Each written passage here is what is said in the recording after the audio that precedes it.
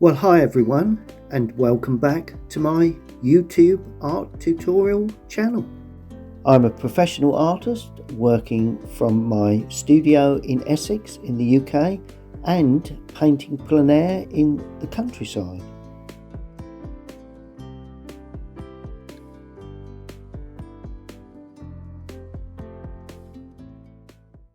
Hi everyone, welcome to my YouTube channel. I'm working in the studio again this afternoon to be released, and but I've been sent this photograph by a neighbour of mine who enjoys a round of golf and in this area, and on the way back he did take some lovely shots of the estuary at Burnham. So we're more or less looking across the estuary, I would presume. And he sent me the challenge of saying, there we are, Colin. There's a lovely view. See what you do with watercolour with that one. So that's my challenge today.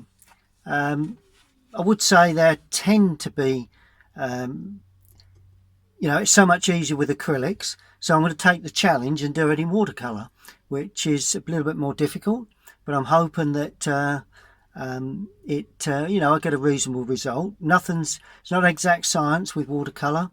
Never know quite how it's all going to turn out, but that's the fun of it. So I'm going to bash on with this, and good or bad, you're going to see how I paint it and the end result. Well, as normal, I'm starting off with my normal setup. My handful of colours there, normal sort of colours, siennas and burnt umber, light red, cadmium yellow, lemon, raw siennas obviously, Windsor blue, cobalt blue and French ultramarine. Got my water pot, a rag and tissue, and that's basically my materials there, really, the brushes. And I'm going to start onto a sheet of Canson watercolour paper.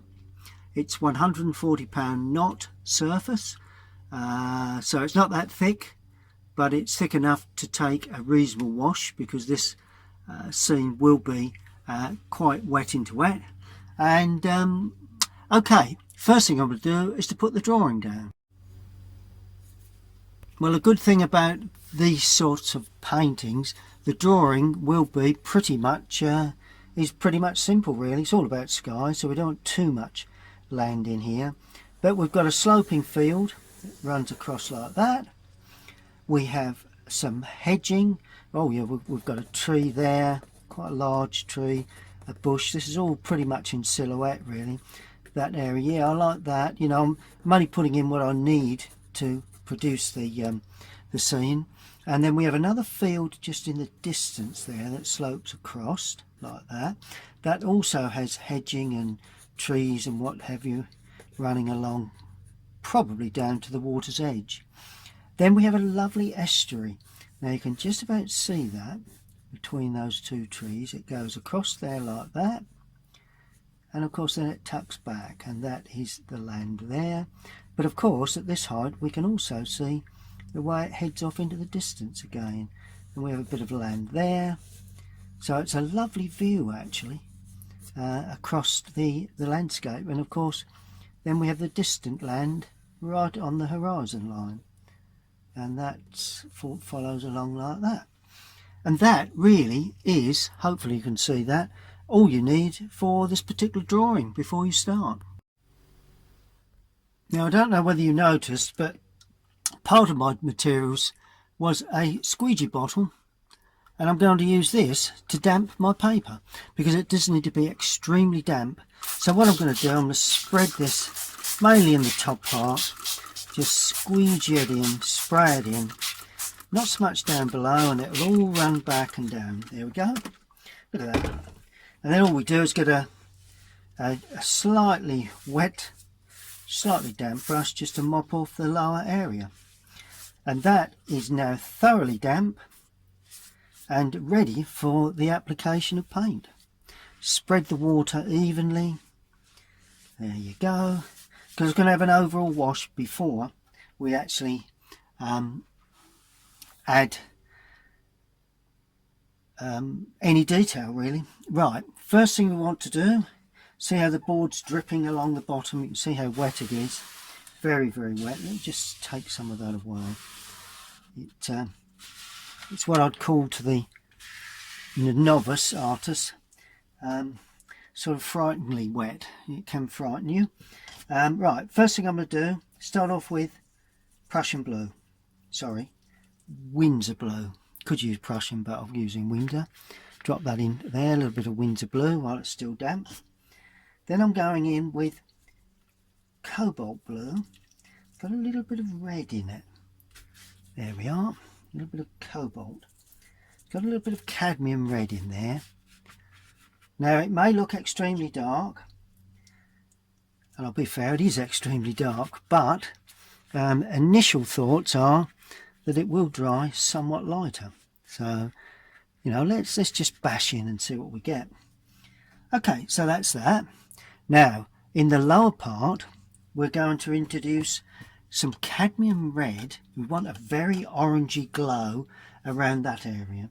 So let's start off with cadmium lemon, right, with a touch of the cadmium red. Two cadmiums, very strong, punchy colours. We're looking for a very orangey red tone. And we need enough red in there, and it wants to be quite a dense mix. It's got to hold, it's yellow to start, quite yellowy. Right, let's just see what we've done there. Oh, look at that, look. Is that yellow enough? Don't think so. So let's go in with it. There, that's better. And we've got a streak right the way across there, really. And that then spreads down into the lower part and even onto the grass. There we are. Now we add a bit more red, and we pull that, we bash that through like that. A bit more red, almost red on its own. What about that? Oh, that's nice. That seems to work. And pull that up into the sky. This is the sort of techniques that, you know, wet into wet artists use all the time, really. You know, perhaps not as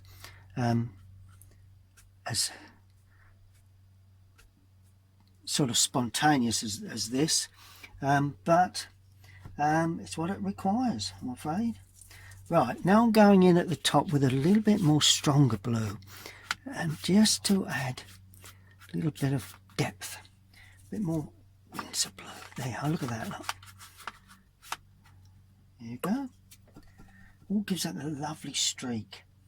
And just another little patch of red required, just on that bit. There we are. It'll all disappear eventually. Well, that's what I'm banking on anyway. Good. That's looking quite good.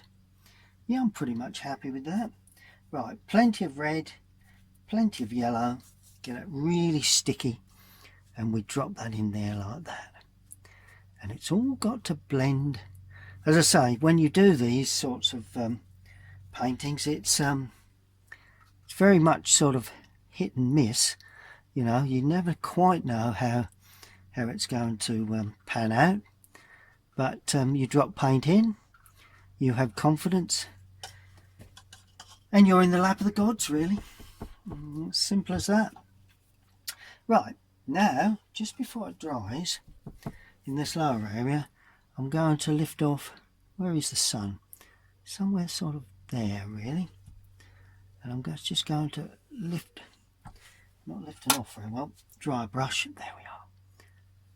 Lift that sort of streaky glow off there. There's that lovely sort of yellowy streak that runs along that horizon, and that runs off into that area there.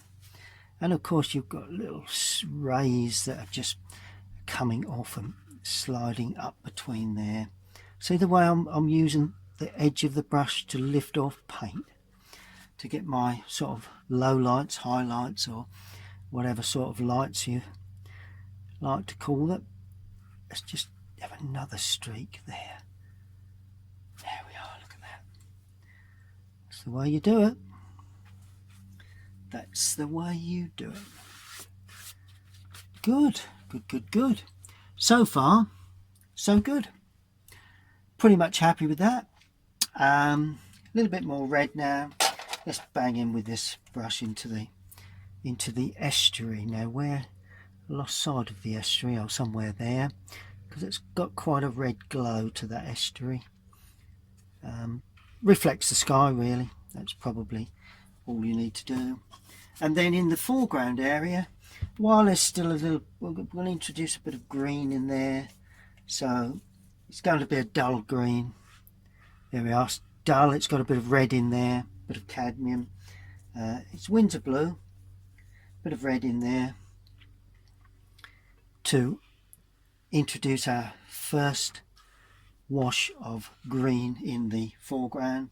And then we just add more blue, touch more yellow, a little bit more red, gradually picking up the feeling of that foreground grass. It's not brilliant in green, so we've got to watch we don't create a sort of a summery green. That's better. Yeah, that's quite nice. Just pull that out of pictures just a bit there, but that'll have won't be a problem. And right, let's just go in a little bit darker, so a little bit of blue, a little bit of red, a bit of yellow, to get this final foreground darkness there, like that. Good. And the least you play with these colours, the better the end result.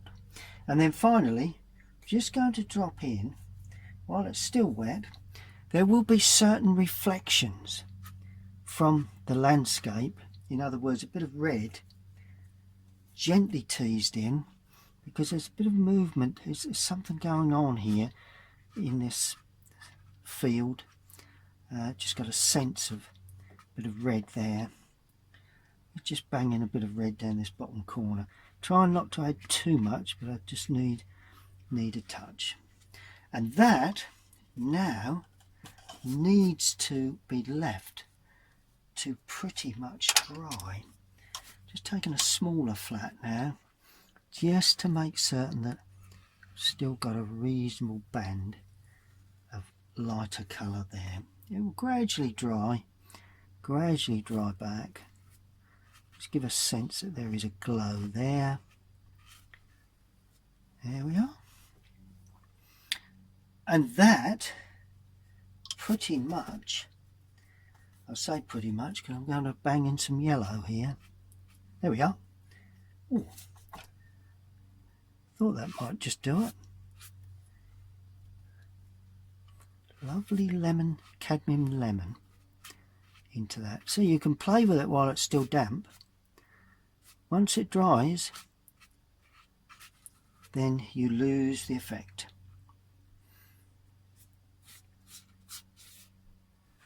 There we are. And I'm in danger of overdoing this now. So we've got to really be a little careful when we start lifting off now. Because it's beginning to dry off. There we go. There we are. I'm going to leave it at that and allow that to completely dry. Well, there's the challenge set by my neighbour down the road, and this is first washes. It's going to be a lovely subject, I think, but one can never tell, as always with watercolour, exactly how it's all going to pan out. I hope I've got the strength of the colour correct. It actually looks a little stronger by eye than it does in the video, but yes. There you go. So that's first washes, all nice and dry for me to carry on to the, well, that's the second stage really. Well, next stage will be dealing really with this bit of distance. Now I've got to get that so it lays across. Don't want to put it at an angle, otherwise look as if it's the water is sort of going downhill or uphill. So, and we need a colour that's pretty distant. So I'm going to use ultramarine. for this with a touch of the cadmium red that I had in previously. That will give us a continuity of colour, because you do need continuity of colour, and quite weak, although it may look, using a very small brush here that's what I'd class as my small Japanese brush. I'm going to come in from this side, so that's the distant land, like that. Should be quite dark, which it is, which is nice. And I'm going to add a touch more red, because normally as it goes away into the distance, particularly towards the light source, it gets a little lighter and somewhat more red and paler. It's all very, very suggestive. Put a little bit of distance, a bit of height to the distance there. That's looking good. Yep. And then something even with a little more red in, because I'm going to come across this area here. It's going to head off from there, and this is very much under the main light source, like that. And this is where the estuary sort of spins back. So we bring that away and right out to that right hand side behind that tree. That's it. Now a bit more of the blue going in now, just to give it a slightly different feel. And we've got a piece of sort of land that comes across there like that, and sort of heads like that as the estuary goes off out into the sea, presumably. And then let's just pull that in. It's the main estuary area, and of course we're leaving the gaps where I laid on the first washers. Now we're going quite dark, so got to vary it. Don't want it to be the same tone right the way throughout the distance. So I've got a nice little dark area there that heads off like that. That should work. And then we have the estuary again heading in to that sort of area, tapers right out like that, and that heads at a bit of a funny old angle, I think, like that. There we go. And then of course this then joins up with that as it comes around the corner. Just got to keep perspective correct, keep correct perspective. There we are. So we've got the sweep of the river running away. Here we are. Touch more red to get the rest of the land in. And this is more the foreground land, so we'll have quite a bit of red in there. And that is how you achieve that estuary look. Even more red now. Might as well bang in plenty of red, because we're in that sort of area where the sky is really shining through. And of course the underwashes will come through as the painting dries. And that is pretty much all you need to denote the distant sort of, it's land, I suppose. Well, it is land, but and not too straight along the top there. There we go. Just make certain that that runs across correctly, because we do need to have the whole thing running away at the correct angle, because if it isn't, it'll never look right. Okay, well I think that's pretty much it. Good. Right you are. Let's allow that to dry. Well, while that distance is drying, you'll gradually see the underpainting shining through. So that's the reason I put the wash on right the way across. Now I'm looking for a green area there. It's quite a brilliant green actually. Surprised me how green that area is. It's quite a deep dark green, but it's got a bit of yellow to it. So let's try this. Here we are, look at that. And of course that will there again show the land, you know, the underpainting of the land, or the original painting that I put on. Good, that's okay. Well, I mean, you know, these sunsets are not that difficult to get to come off, but it's easy enough for me to say now that I'm pretty confident that I know where I'm going with this. But of course it's still early days, so I've got to be a little, must be overconfident here. Okay, now along the edge of that sloping field into the water's edge, you've got to remember these trees are going to be extremely dark. So I'm going to use a flat again now with lots of really dark paint. Now for that I'm going to use Windsor Blue and Cadmium Yellow to get a really, really dark, not too much red at this stage, although I'm just talking as I'm mixing. Yeah, I think that's it. And all we need now is the tops of these very dark sort of trees, really. And it's pretty much straight along where they meet the land, but we do have trees hanging up like that. It's sort of like a hedging, really, but it's quite uneven. Another little hedge there, trying little trees and what have you. Another taller one there. May get a bit of bleed into the distance, which I'm not too sure that really hurts at all.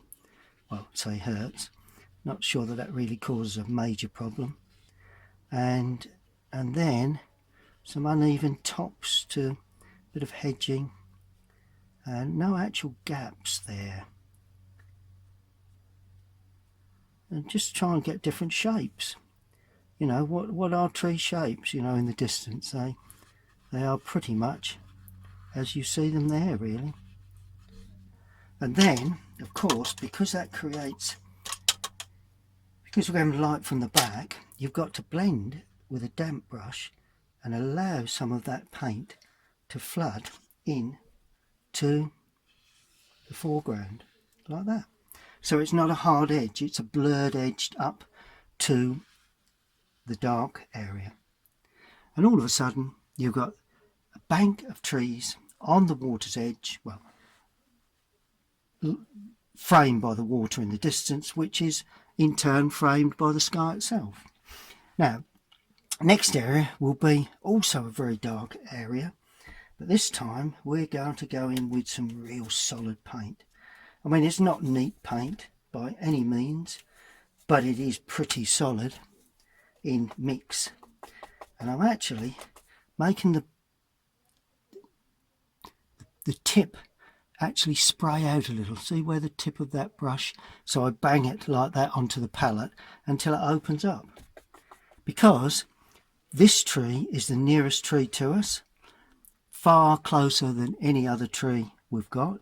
And then all I do is just stab at it, creating the illusion of branches. Still a little wet. There we go, look at that. Plenty of gaps, one or two dense areas, but overall plenty of gaps in between. Just dot around, allow the brush to do the work, because that's the key. But of course you've got branches that hang down like that. It's quite a rounded top to this tree. It's not one of those funny shaped trees, but that to me, and it's blending a little where the underpainting is actually slightly damp. Leave some of that area showing through. There we go. I'm just going to slide the brush now across the paper to get those fine tops that you so often see, so there's not too much detail there. Good. And then with more paint, a little bit more water, but lots more paint, I'm going to work my way across with some real dark colour like that, because there's like a hedge, sits on a hedge area really. Actually, I'm a bit high with that, should come down a little more than that, so making quick adjustments. One of those times where adjustments need to be done pretty quick. Well, I've misread where we are. There we go. Right, now I can keep that nice and wet in the lower area. And as I come out into the edge there, the lower part is pretty much blue. So we'll keep that going on that blue theme. Comes through like that. But at the top, it's quite red, and there we are. Got some nice reddy tints. Don't want to cover all of those areas up behind. I want to have a little bit of shape to that. It actually goes slightly above that area there, so I suppose I could. You know, I mean, you know, it's really all optional now how far I go with these, with this tree. Plenty of red in there, gives me a bit of warmth, blending through like that. And then it's quite sort of open, quite an open little area there. Some smaller shrubs, you get a bit of feeling of depth in that. Yeah, so there's some smaller little tree-like shapes there. And then we come to another really dark colour, slightly on the red side, and this can be dragged down with the brush just to ring the changes as we come along this edge here. Just trying to get this done before it dries, because I want that to spread down, so I've got to be fairly quick here now. There we go. Just keep laying the paint on in a quick sort of motion as a hedge sort of tapers and heads off down that edge there, like that. That's good. And just before it dries, with a damp brush, hope I've caught it enough, quicker enough, yeah, I think so. Just before it dries, just damp the paper underneath, so you get that lovely blurred edge again, just as I did previous, because if you don't, unfortunately, you don't get the feeling of shadow. Just bring that down like that, and allow that to dry. Yeah, let's just sit back and have a look at that, see how far we are. Just one thing I've got to do is just bring in the edge of the field. There's another area there of trees. It won't be as dark, but I think it needs putting in. Area of small hedging there that runs away like that, and we've got one or two little sort of tops of hedges that runs away like that. There we go. Bring it right the way over there. The other one will dominate anyway. Bring that right through like that, and then as always, damp brush underneath it, and that will then blend through as if it's got a shadow. So we've got a lovely sort of two-tone feel, light dark, light dark. That's good. Yep, that's looking good. Not much more to do really. A few finishing touches, you know my old term, finishing touches. Using a pointer brush now, loaded with a little bit of red and blue. I'm just going to harden up where this land meets the water. It's always a good sort of indication of a water's edge when you harden up colours like that. That's it. And then of course we have a harder edge there, as always, because that's on the underside of that. There we are, still slightly damp, funny enough, and then we've got a little bit there, a little bit there. That gives us that third dimension, I think, pretty happily. And then one or two things I suppose I could do. Let me just try some. I could probably do with slightly darker area in the foreground now. In danger really of overdoing this, but let's not happy with it as it is, so let's go for a darker green. Cadmium red, Windsor blue. Gives me a very dark sort of shaded green. There we are, that'll do. Just to give us sort of like a secondary glow, secondary feel to this. There's a nice bit of glow. Don't want to remove that secondary that feeling of shadow there, but overall it did need something. And let's just go one tone darker. Excuse me. One tone darker down this bottom right hand corner. Could be the tree is given a little darker tone down there, like that. I always like to have a nice dark tone in the foreground. There we are. And I think we're getting there actually. Now while that dries, I may as well show you how I'm just going to lift some small patches away from the sky and create that sort of layered of cloud effect. Good. Well, just a couple of areas. It's going to show the sun a little stronger in that point there.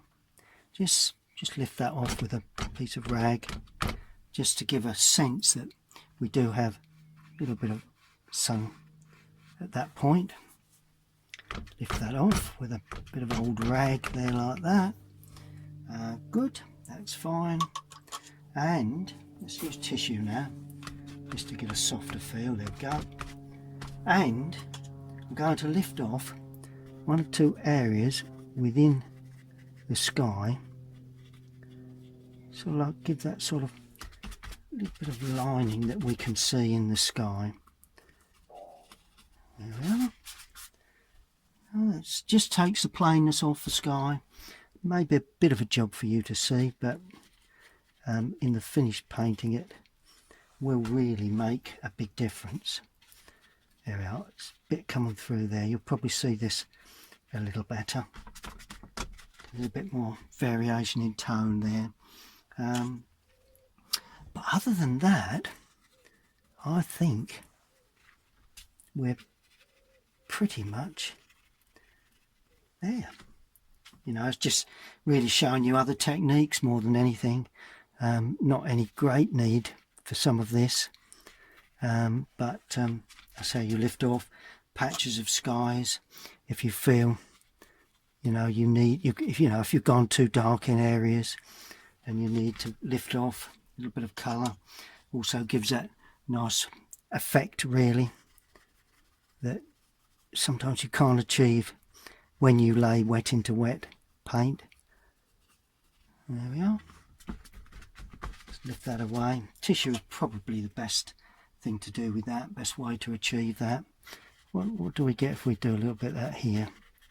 To be a bit careful because it's in an area that's quite clean, so not quite so sure that worked, so we'll leave well alone there. We won't extend that. Put a little bit in that blue. It's mainly best in the blue by the looks of it.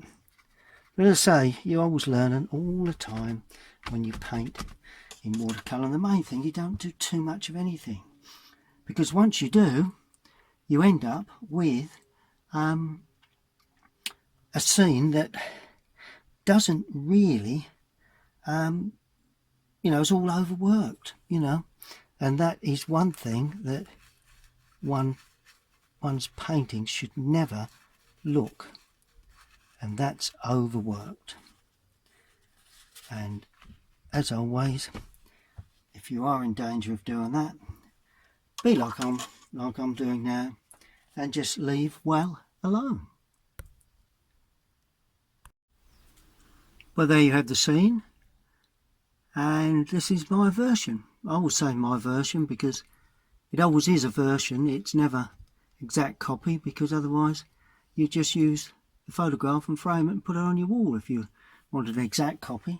But it just needs signing really. I've removed the surround so you've got a nice white edge, and I think I'm going to sign in the bottom right hand corner quite simply with my normal signature in fairly dark paint, and it's the same paint as I've used for the painting, in my normal way, like that. Good. Well, that's my version of a sunset across the estuary down at Burnham on the Essex coast. Lovely part of the country. And if you enjoyed that video, please, bottom right hand corner, please subscribe, because you can then get notifications, or click the notification button so that, or the bell, so that you get notifications when I upload any more, and you can save them to your save box or see them straight away. Happy painting, and I'll see you all again very, very soon. And if you would like to see more of my work, visit my website, Colinsteedart.com. Thank you very much for watching.